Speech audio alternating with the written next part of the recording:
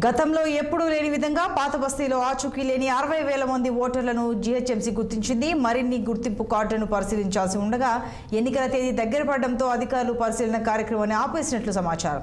ఆచూకీ లేని ఓటర్ల వివరాలను ఇప్పటికిప్పుడు రద్దు చేయడం కుదరదని, నిబంధనలను అనుసరించి ఏఎస్డీ జాబితాలో చేర్చి సంబంధిత పోలింగ్ కేంద్రాలకు పంపించనున్నట్లు ఎన్నికల అధికారులు తెలిపారు.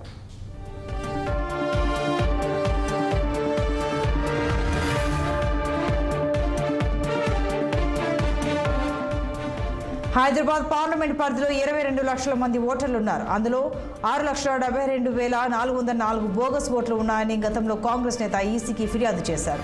అందులో నకిలీ చిరునామాలతో 2,88,956 మంది, ఇతరత్ర ఓటర్లు 1,74,990 మంది, చనిపోయిన ఓటర్లు 15,025 మంది, ఒకే ఇంటి నెంబర్ మీద 50కి మించి గుర్తింపు కార్డులున్న ఇళ్లలోని ఓటర్లు 53,991, నకిలీ ఇంటి నెంబర్లలోని ఓటర్లు 23,045 మంది ఉన్నారని గుర్తింపు కార్డులను అధికారులకు అందజేశారు. దీనిపై బల్దియా విచారణ చేపట్టింది.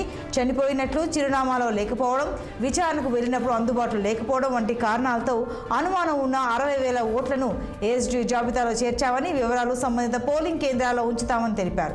నిజమైన ఓటర్లు గుర్తింపు కార్డులతో పోలింగ్ కేంద్రానికి వస్తే ఓటు వేసేందుకు అనుమతి ఇస్తామని అధికారులు స్పష్టం చేశారు. పోలింగ్ ప్రక్రియ అనంతరం ఆచూకీ లేనివి రద్దవుతాయన్నారు.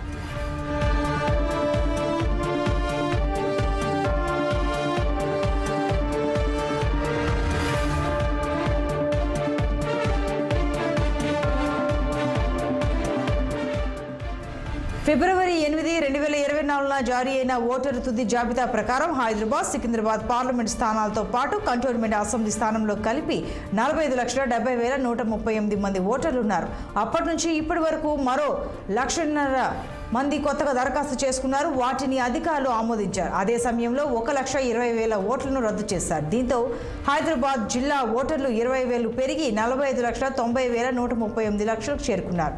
గడిచిన 2 ఏళ్లలో హైదరాబాద్ జిల్లాలో రద్దయిన 5,04,000 ఓటర్లను తాజాగా రద్దయిన 1,02,000 ఓట్లను కలిపితే మొత్తం 6,06,000 ఓట్ల జాబితా నుంచి తొలగించినట్లు తెలుస్తోంది.